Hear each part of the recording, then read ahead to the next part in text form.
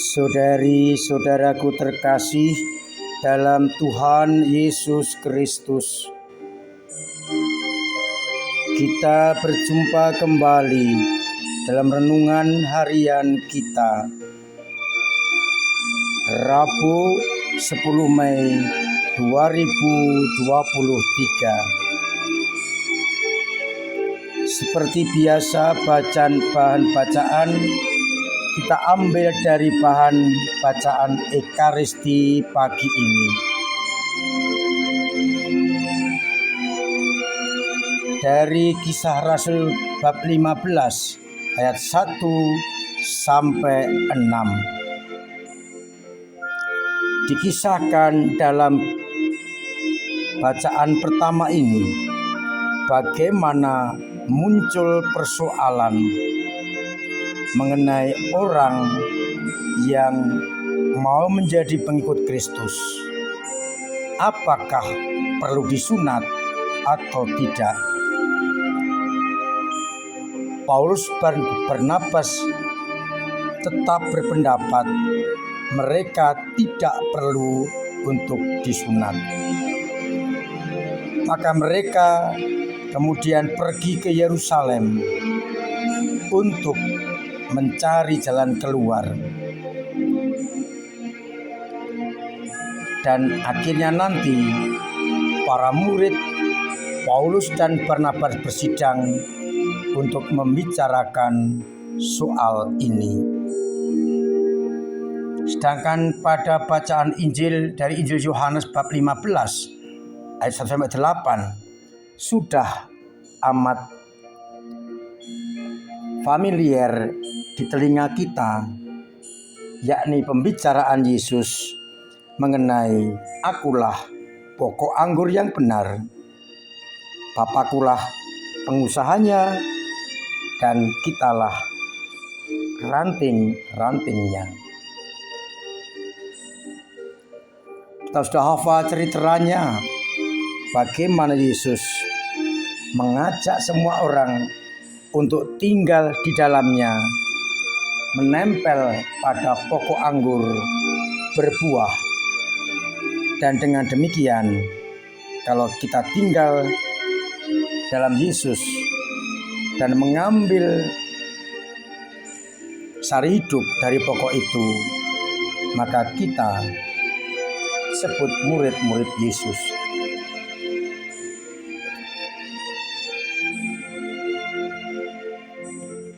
Saudari-saudaraku terkasih dalam Tuhan Yesus Kristus, di dunia ini kita telah melihat mendengar bagaimana orang sibuk membicarakan perbedaan-perbedaan, menganggap paling benar dan sebagainya, lupa akan yang paling pokok. Misalnya sekarang ramai dengan bursa capres dan cawapres. Mereka mencoba untuk mengegulkan sana-sini, tapi lupa yang paling pokok adalah menjadikan bangsa kita bangsa yang damai, tentram, makmur, berdaulat, bersatu. Tetapi kita lihat bagaimana sibuknya orang-orang mencari atau mengunggulkan diri masing-masing. Demikian pula pada bacaan Injil hari ini. Digabungkan dengan bacaan yang pertama, menjadikan pilihan hidup yang tepat. Orang-orang sibuk dengan mencari mana yang benar. Seperti bacaan yang pertama, haruskah disunat atau tidak? Mereka lupa yang terpenting bukan soal sunat atau tidak. Yang terpenting adalah menempel pada pokok anggur.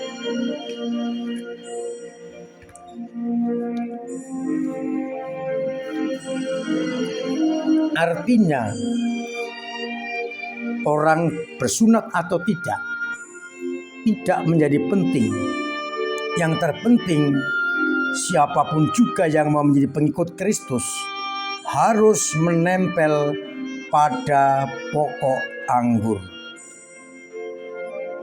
Artinya,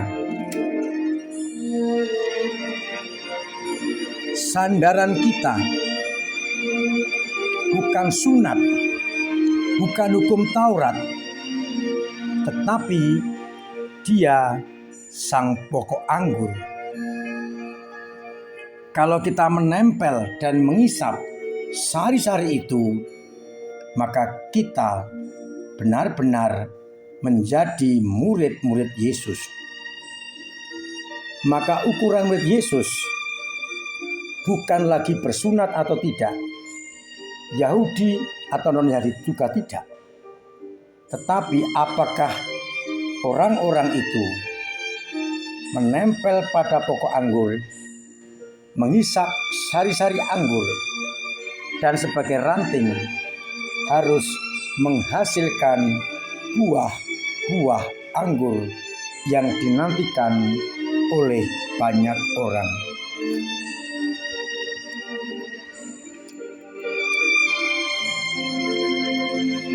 Sekalipun orang bersunat, kalau tidak menempel pada pokok anggur dan tidak menghasilkan buah yang melimpah, tidak ada gunanya.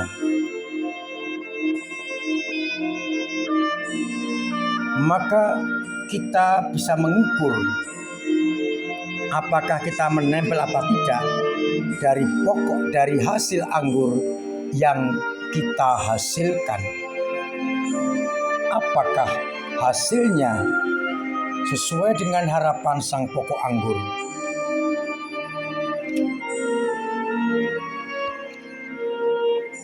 Dan apakah hasilnya berguna bagi banyak orang?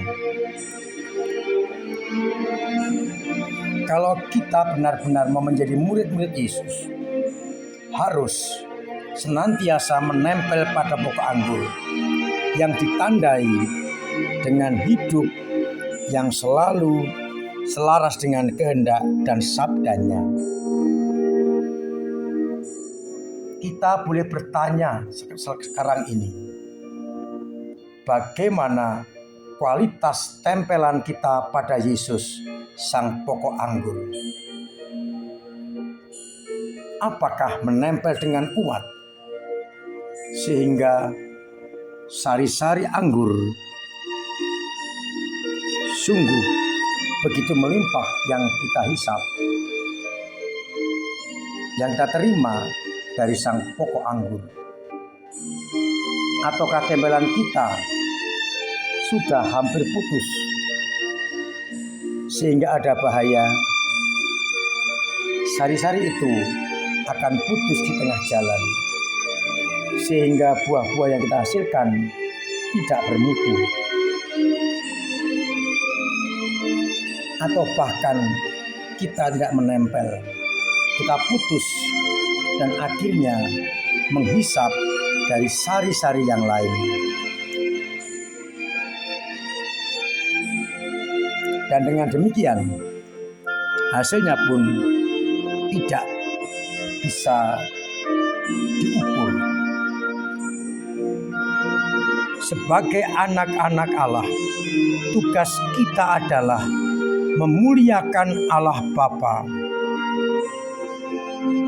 dan menghormati Yesus Kristus dengan cara menghasilkan buah-buah yang banyak dan buah-buah yang bermutu.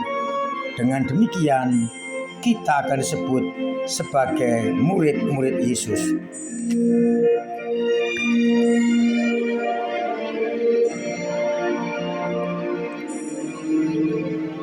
Saudari, saudaraku terkasih,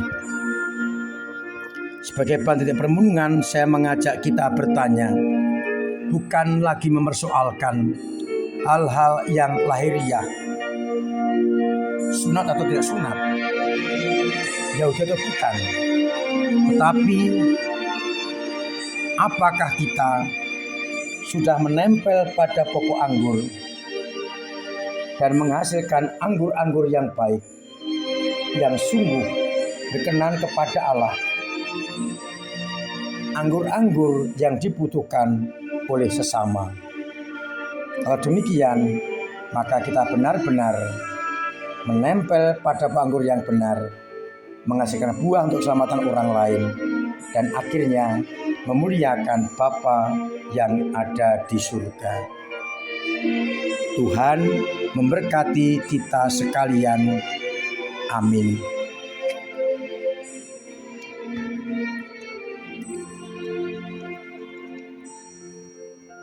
Marilah kita berdoa.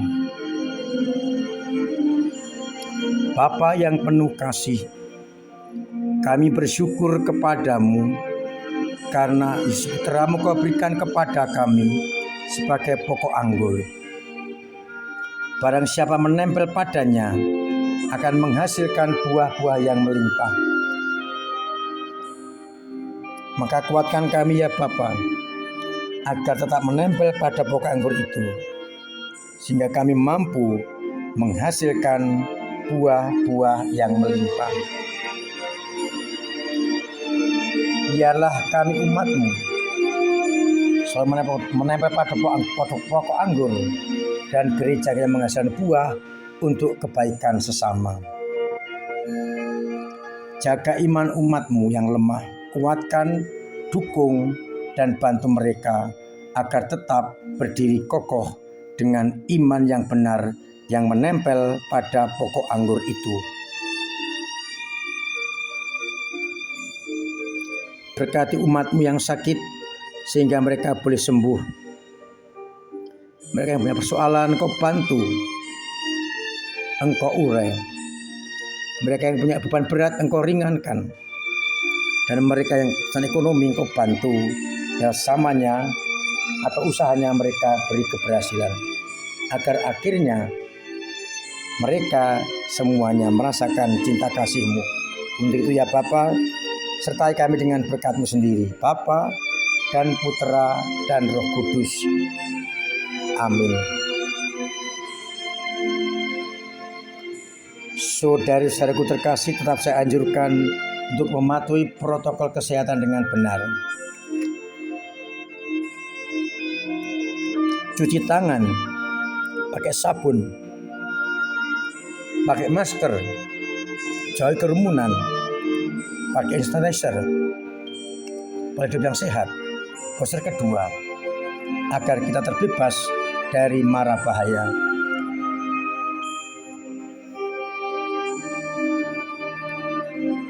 Paroki akan mengadakan CAP, maka silakan panjenengan untuk berbondong-bondong mengikuti CAP itu. Saya mengusulkan alangkah baik kalau setiap lingkungan bisa mengirimkan 1 atau 2 anggotanya untuk CAP. Bisa dibebankan biaya untuk CAP sebagian dari lingkungan dan dari pribadi. Ini sangat baik untuk pertumbuhan rohani, tapi juga untuk melayani gereja. Silakan mendaftar untuk ambil bagian dalam CAP tersebut.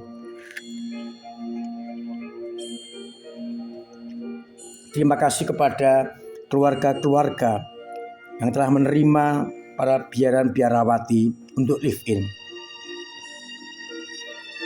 Mereka mengucapkan terima kasih kepada panjenengan semua atas penerimaan, atas apapun juga yang diberikan kepada mereka. Mudah-mudahan ada di antara anak-anak kita, cucu-cucu kita yang akan masuk dalam hidup panggilan membiara. Terima kasih juga untuk panjenengan yang peduli kepada gereja dengan cara masing-masing, dengan dana, dengan doa, dan dengan tenaga. Semoga dengan demikian kita bisa berpastoral dengan lebih baik. Dan saya masih mengingatkan keterbukaan kita untuk menerima sumbangan untuk isian gedung serbaguna. Semoga segera terisi dan bisa kita pakai untuk keperluan-keperluan pastoral. Saya mengajak setiap hari berdoa rosarium dan merenungkan teks dari Komisi Liturgi yang menambah wawasan kita. Saya mengingatkan tanggal 17 dan 18 ada perayaan Ekaristi untuk kenaikan Tuhan. Saya undang umat untuk wajib hadir dalam Ekaristi itu. Mudah-mudahan kita mampu untuk membina kehidupan yang baik dan juga berpastoral dengan sebaik-baiknya. Akhirnya saya mengucapkan selamat pagi, selamat merenungkan, salam sehat, Tuhan memberkati.